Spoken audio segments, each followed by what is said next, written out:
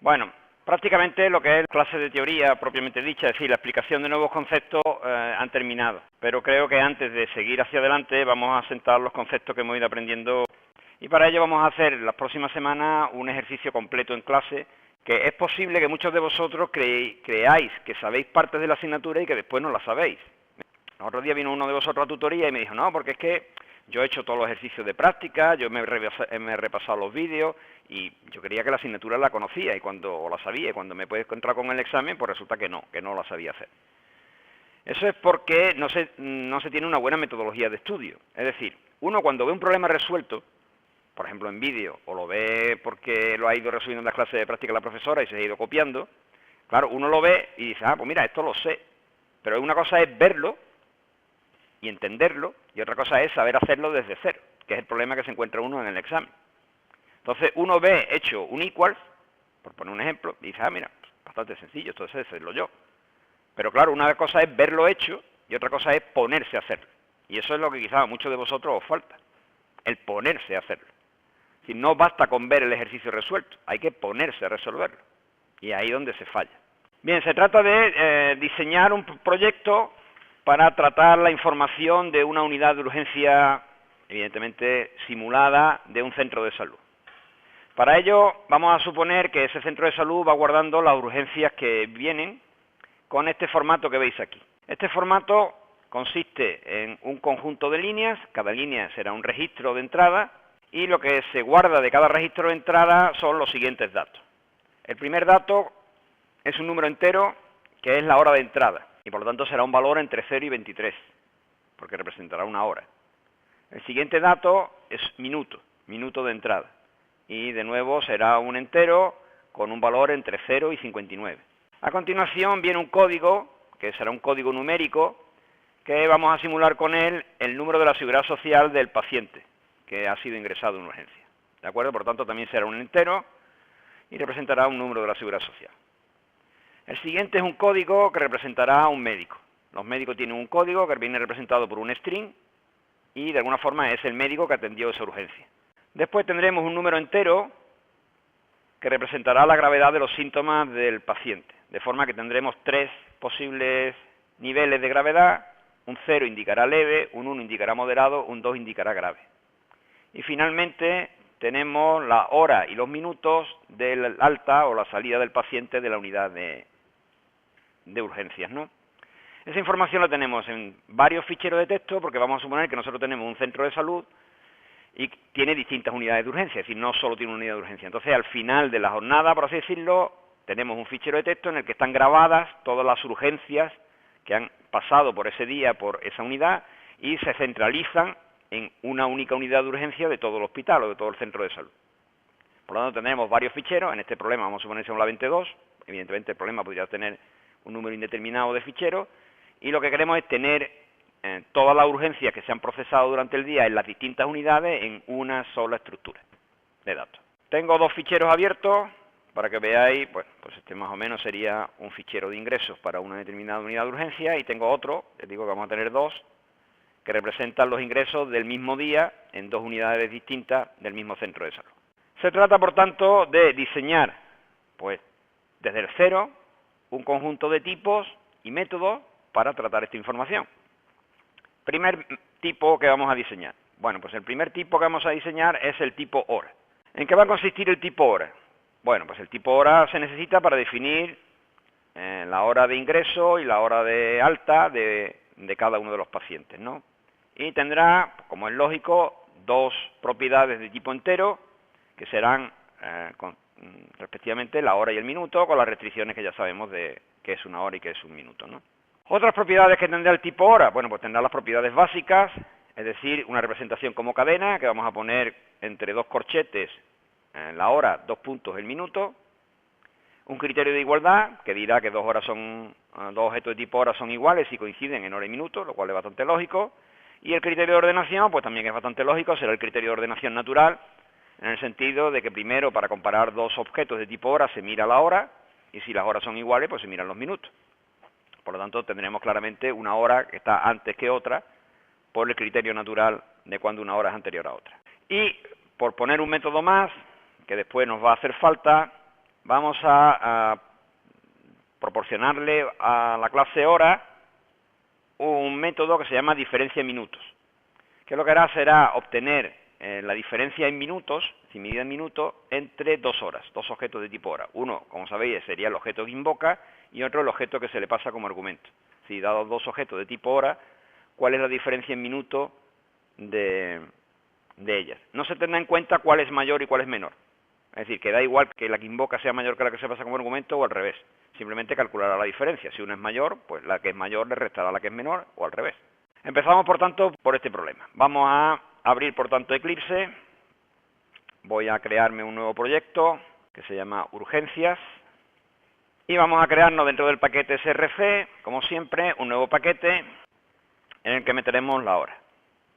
Entonces, dentro del paquete hora, como siempre, tendremos, en primer lugar, la interfaz, que se va a llamar hora.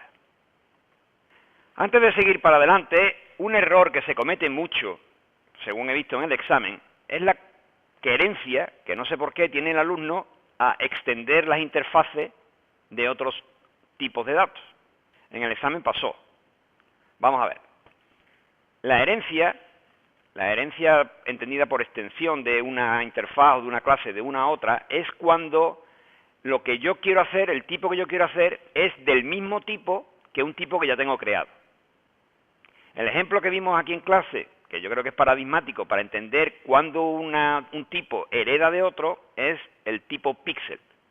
El tipo píxel heredaba de punto. ¿Pero por qué heredaba de punto? Porque un píxel es un punto. Entonces nosotros poníamos píxel extends punto. Pero eso no significa que una planta de hospital herede, por ejemplo, de hospital. ¿Una planta de hospital es un hospital? No, no es un hospital. Entonces, ¿por qué os empeñáis en poner que planta de hospital extiende a hospital? Si no es un hospital. Está la otra versión, la de que planta de hospital extiende habitación. O sea, o se extiende por arriba o se extiende por abajo. No, tampoco. ¿Es una planta de hospital una habitación? No. Por tanto, planta de hospital no extiende habitación.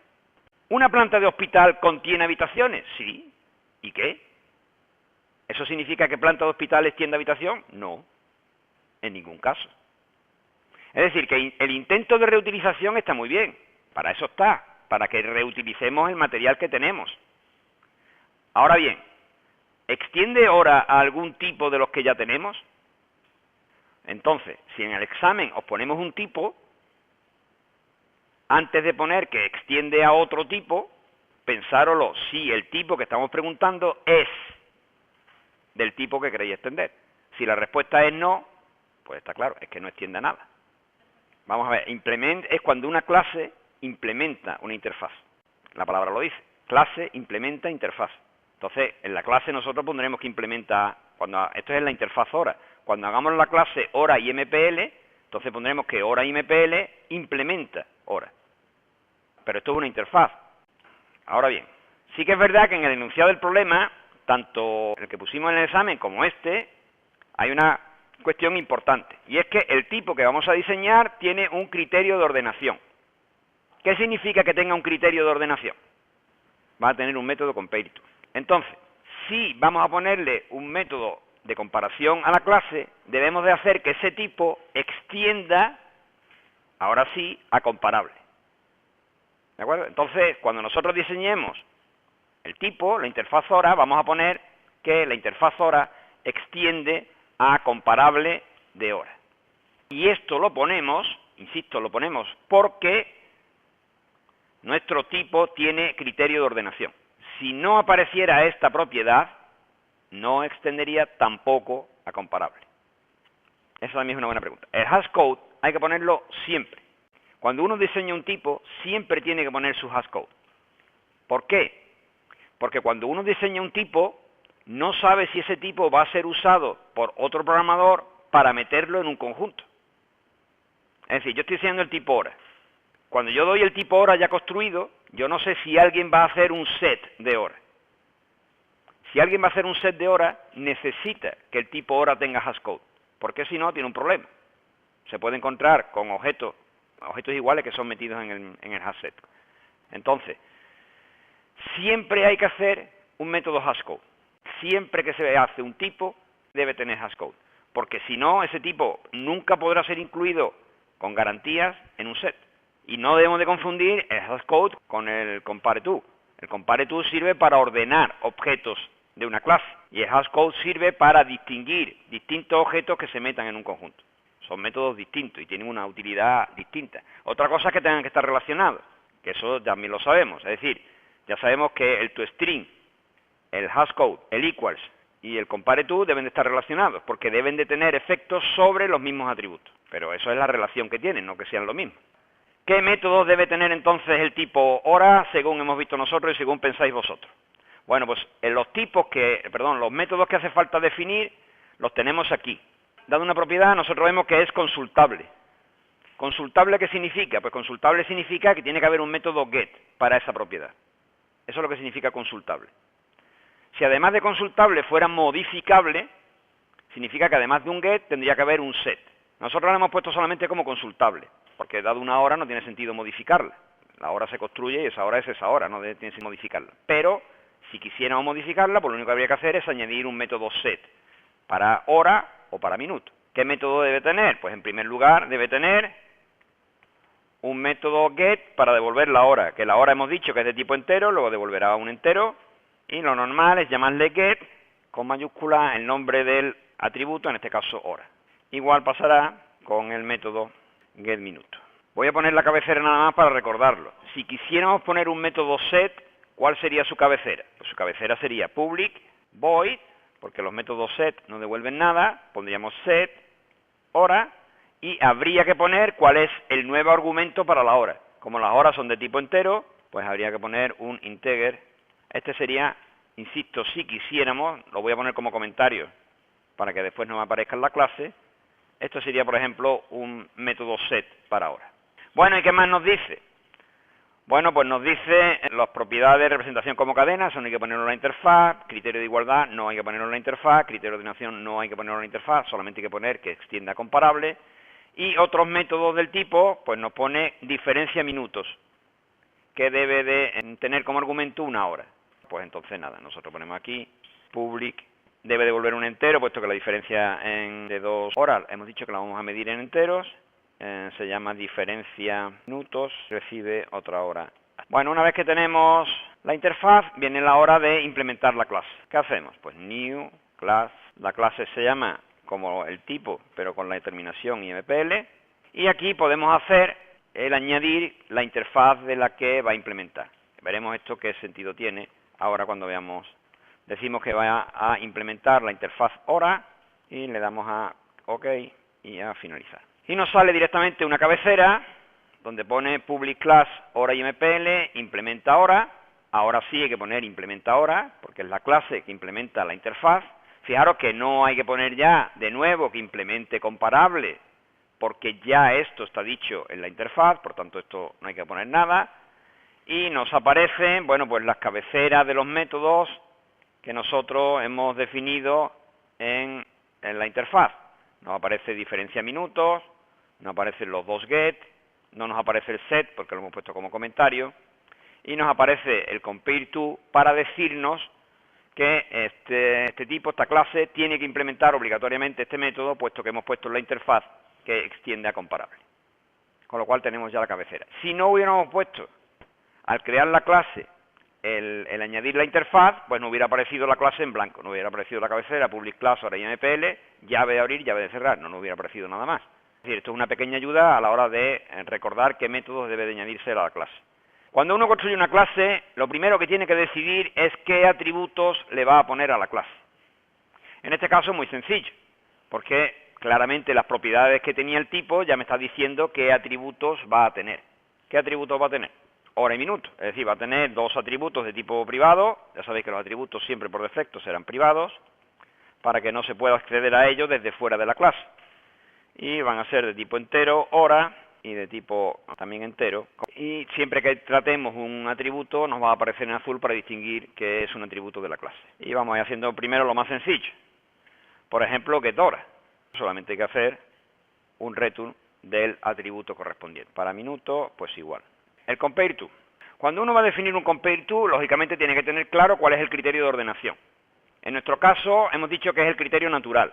Es decir, que para comparar dos objetos de tipo hora, nosotros tenemos que devolver un entero, devolver a un valor mayor que 0, si el objeto que invoca es mayor que el objeto que entra como argumento. Entonces, vamos a llamarle h a este argumento, que queda mejor que arg0, y vamos a comparar. Tenemos que devolver un entero. Por lo tanto, lo normal en estos casos es definir previamente una variable de tipo entero en la cual yo voy a guardar el resultado, y se inicializa a 0. Entonces, ahora yo tengo que comparar dos objetos de tipo hora. ¿Cómo comparo dos objetos de tipo hora? Bueno, pues para comparar dos objetos de tipo hora, yo primero comparo los atributos hora. Fijaros que en este caso además hay un problema de sintaxis, porque tenemos por un lado el tipo hora, con mayúscula, y por otro lado el atributo hora con minúscula. Hay que saber distinguir cuando estamos hablando de uno y cuando estamos hablando de otro. Es decir, yo ahora voy a comparar los atributos hora con minúscula. Para comparar los atributos hora lo que hago es invocar al método getHora, que me devuelve la hora de h y la hora de dis. Entonces, ¿cómo se comparan esos atributos? Bueno, pues eso es una regla también para la construcción siempre bien de un compare to. Y es que los compare to se construyen en base a llamadas a los compare to de los atributos. Es decir, dis.tora lo comparo. ¿Cómo lo comparo? Pues con el compare to. En este caso el que estoy invocando es el compare to de los enteros. Y lo voy a comparar con la hora de h. ¿Dónde voy a guardar el resultado de comparar la comparación de la hora de dis con la comparación de la hora de h? Porque esto, claro, devuelve un entero. Lo voy a guardar en r. Por tanto, lo que hago es decir r igual a la comparación entre la hora de dis y la hora de h. ¿Qué pasa? Bueno, pues que si la hora que invoca es mayor que la hora que se le pasa como argumento, esto devolverá un valor mayor que 0, que es justo lo que yo quiero. Podría pasar que fueran iguales, es decir, que la hora que invoca y la hora que se pasa como argumento tengan el mismo valor. Por ejemplo, supongamos que son las 9:15 por un lado y las 9:30 por otro. Los dos tienen un 9, luego las horas son iguales. Por lo tanto, el resultado de comparar las dos horas me da a devolver 0. Y tengo que pasar a comparar el siguiente nivel. Es decir, aquí pongo if r igual a 0, significa que las dos horas son iguales. Y que por tanto ahora tengo que empezar a comparar los minutos. ¿Cómo comparo los minutos? Pues realmente con la misma sentencia. Pero ahora en vez de invocar al método getHora, lo que hago es invocar al método getMinute. ¿Con qué? Compare to de h. Por tanto, si las horas eran iguales, lo que yo paso es a comparar los minutos. Si los minutos de dis son mayores que los minutos de h, suponiendo que las horas son iguales, el resultado es mayor que 0, que es justo lo que yo quiero que se devuelva. Y si no, pues devolverá un valor o menor que 0 o igual. ¿Cuándo devolverá un valor igual a 0? Pues devolverá un valor igual a 0 cuando las horas y los minutos sean los mismos. Y hemos dicho que dos horas serán iguales si sus horas y minutos coinciden. Por tanto, una vez terminado esto, lo único que me queda, return r. Siguiente método. Pues por ejemplo vamos a hacer el método toString. ¿Cómo es el método toString? Bueno, pues el método toString siempre tiene la misma cabecera. Se llama toString, devuelve un string, no recibe ningún argumento, y lo que tiene que hacer es devolver una cadena de caracteres con el formato que nosotros le hayamos dicho. Por lo tanto, defino esa cadena de caracteres S, y ahora hemos dicho que S iba a ser igual a la cadena formada por los corchetes más la hora, 2 puntos, más los minutos. Fijaros que, como ya dijimos en su momento, aquí lo que estamos haciendo es que el atributo hora y el atributo minuto, por estar dentro de una concatenación de cadenas de caracteres, se convierte automáticamente en un string, invocando al método toString de integer aquí y de integer aquí. ¿De acuerdo? Luego esos dos valores se convierten en string y ahora lo único que hacemos es pues devolver la cadena S. ¿Qué más cosas hay que poner? El equals. El equal también tiene una cabecera siempre igual. Y otra cuestión importante es que el equals no recibe un objeto de tipo hora. ¿De qué tipo recibe el objeto? Recibe de tipo object, efectivamente. Y esto es así porque el tipo equals es un método que proviene directamente de object y por tanto lo que nosotros hacemos es redefinirlo para cada clase. Pero suele confundir con el compare to. Alguien puede decir, bueno, ¿por qué el compare to sí recibe una hora y el equals recibe un object? Bueno, pues la razón por lo que ocurre esto, por lo que el compare to recibe hora y el equal recibe object, es porque nosotros cuando hemos definido el tipo hora, aquí, hemos puesto extiende a comparable de hora.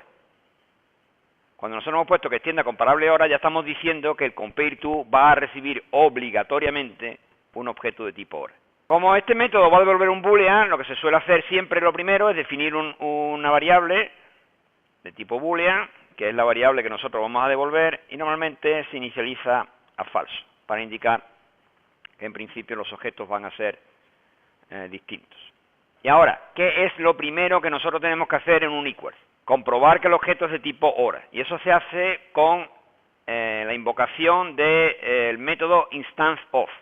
Se escribe así, todo seguido y en minúscula. Fijaros que si el objeto que se invoca en el equals no fuera de tipo hora, pues directamente nosotros pondríamos el valor por defecto que tiene R, que para eso lo hemos puesto a falso. Por lo tanto, si está intentando comparar un objeto de tipo hora con otro que no lo es, pues evidentemente el resultado debería ser falso. Estas cosas yo siempre recomiendo, antes de nada, que pongamos el return R para que no se nos olvide. Si O fuera de tipo hora, ¿qué es lo siguiente que nosotros tenemos que hacer? Convertir O en hora, efectivamente. Por lo tanto, definimos un objeto de tipo hora, llamado H, por ejemplo, y lo hacemos mediante un casting, diciendo que O lo guardamos en un objeto H. Bueno, y ahora sí que estamos ya en el mismo punto que estábamos en el compareTo. Ahora yo tengo un objeto de tipo hora, que se llama H, y que tengo que compararlo con this. Si en el compareTo se hacía la comparación mediante llamadas a compareTo, en el equal se hace la comparación mediante llamadas a los métodos equals. Es decir, que yo tengo que comparar las horas y los minutos de H y de this con equals. Por lo tanto, ¿qué es lo que yo hago? Pues hago R igual, antes era un entero, ahora va a ser un boolean, igual a this.getHora, lo comparo con la misma propiedad, lógicamente. Entonces, si las horas son iguales y, pues ahora comparo los minutos. This minuto.equals h.getMinute. Por lo tanto, estoy diciendo que nosotros comparemos las horas y comparemos los minutos, y el resultado de esa proposición lógica de la i será verdadero si lo son las dos. Es decir, si las horas son iguales y los minutos son iguales. En ese caso, R devolverá true. En cualquier otro caso, R devolverá falso, si las horas o los minutos no coinciden. Y antes de pasar a hacer el constructor, ¿qué nos queda? El hashcode. Nos queda el hashcode. ¿Cómo era el método hashcode? Bueno, pues el método hashcode devolvía un entero. Por lo tanto, como siempre pasa en estos casos, yo defino una variable de tipo entero y esa variable tomará el siguiente valor. ¿Qué debe hacer el hashcode? Pues debe de invocar a los hashcode de los atributos. Los atributos son hora y minutos. Por lo tanto, lo que se hace normalmente es decir, pues invoco al getHora del objeto que invoca, voy a poner el this por delante para que quede claro, aunque ya sabéis que no hace falta, y este a su vez invocará a su hashcode. Por lo tanto, y lo que se suele hacer, como ya dijimos en su momento, es una operación aritmética multiplicando por algún número primo cada uno de los valores de los hashcode correspondientes. En este caso voy a multiplicar por 31 el hashcode de los minutos. El diferencia minutos. Definimos las variables. Vamos a definir la variable R1 y R2, donde R1 va a guardar el valor de los minutos de la primera hora, que es la que invoca, this por 60, más, así convertimos la primera hora, la que invoca, en minutos, hacemos lo mismo con la segunda, y una vez convertidas las dos a minutos, lo que hacemos es, hallamos la diferencia, y ese es el valor que tenemos que devolver. Devolvemos la diferencia en valor absoluto de la diferencia entre R1 y R2. Lo que estoy haciendo es convirtiendo la hora que invoca en minutos, minutos que han transcurrido desde el minuto 0 del día, por así decirlo. Y lo mismo con H. Una vez que tengo convertido las dos en minutos, la diferencia en minutos es R1 menos R2 o R2 menos R1, dependiendo de cuál sea mayor. Entonces, para evitar ese problema, sencillamente lo que hago es el valor absoluto de R1 menos R2. ¿Cómo es un constructor? Bueno, pues un constructor es público, no devuelve nada, tiene siempre el nombre de la clase, en nuestro caso hora y MPL, y normalmente si no se dice nada, pues normalmente se suele poner un solo constructor, salvo explícitamente, mejor dicho, en el enunciado se diga, pues va a tener un constructor con tal o cual argumento. En nuestro caso, el enunciado del problema, lo vuelvo a poner, no dice absolutamente nada de los constructores. Cuando no se dice nada de un constructor, significa que ese constructor que se va a hacer es el constructor, por así decirlo, por defecto, que va a tener un argumento para cada uno de los atributos. Por tanto, es un constructor que va a tener, en nuestro caso, dos entradas, que serían, respectivamente, la hora y los minutos. Y sencillamente lo único que va a hacer es pues darle valor al atributo hora y al atributo minuto, con los argumentos que se han pasado. ¿Estaría así bien esto? ¿Por qué no? Vamos a leer otra vez el enunciado, a ver si nos da una pista. Lean ustedes ahí. Lo hemos comprobado en algún momento. Estoy poniendo un constructor al que le paso un entero y un entero. Si le paso el 83 y el 128, ¿qué hace? Crea la hora 83 horas 128 minutos. Debería de haber algo que nos diera problemas, ¿no? ¿Cómo se llama una cosa que nos da problemas? Una excepción. ¿Qué deberíamos, por tanto, nosotros poner aquí? If h es mayor que 23 o h menor que 0. Minuto, minuto, no. M mayor que ¿qué? Que es 59.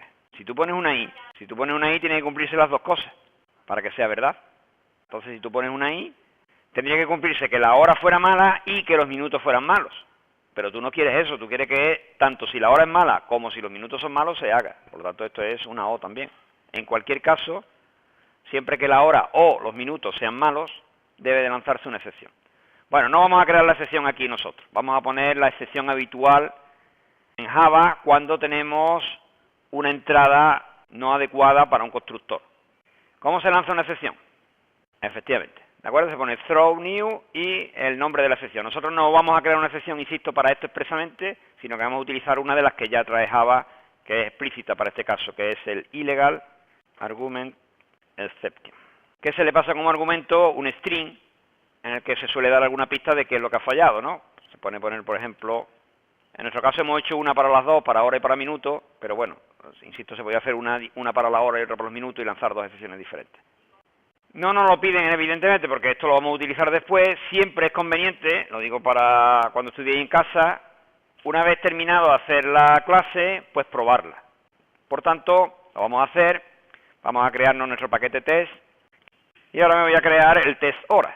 Pongo new, clase, test hora, que hereda de test, y ya sabéis que siempre es una buena ayuda picarle aquí para que me ponga ya la cabecera del programa principal. Y por tanto, tengo esto. ¿Cómo se crea una hora? Pues una hora se crea invocando un objeto, por ejemplo h, con el new, el constructor, que se llama hora mpl, y pues pasándole un número para la hora y otro para los minutos. No entiende nada de qué es hora porque no está importado el paquete. Import hora. La hora h es, y pongo aquí h, se nos va a mostrar como dice el toString, si está bien hecho. ¿De acuerdo? Y bueno, podemos hacer poco con ello. Vamos a mostrar, por ejemplo, la diferencia en minutos que hay, ¿no?